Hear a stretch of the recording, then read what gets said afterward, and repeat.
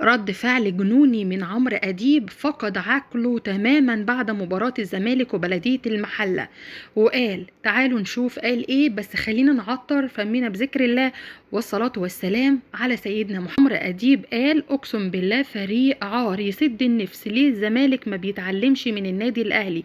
ليه جوميز ما بيتعلمش ويعمل زي مارسيل كولر؟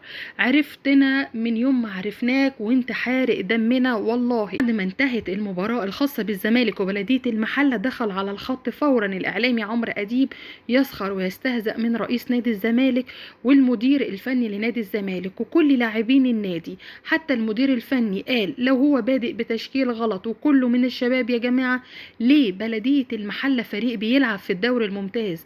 ليه الأهانة وقلة الأدب اللي احنا كنا شايفينها في المباراة دي؟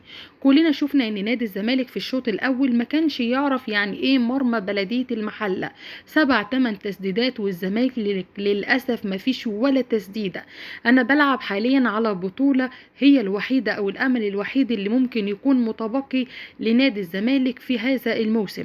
بنشوف مانشستر سيتي وكل الأندية العالمية في كأس الاتحاد بينزلوا بالتشكيلة الأساسية في الشوط الأول وبينهي اللقاء تماما، وبعد كده يفكر إن هو يريح الكبار أو يجيب لاعبين تانية صغيرين.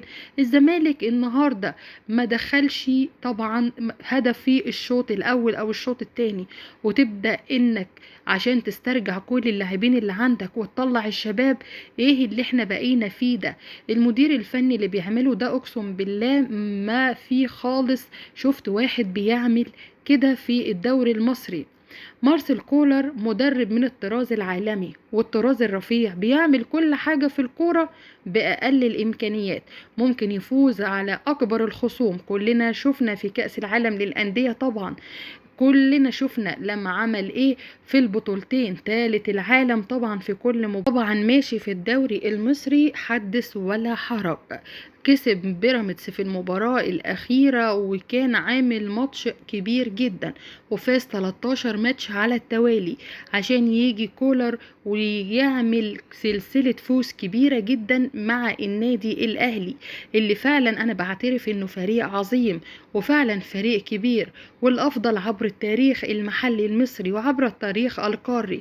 احنا بنطالب مجلس إدارة نادي الزمالك بالاستقالة فورا.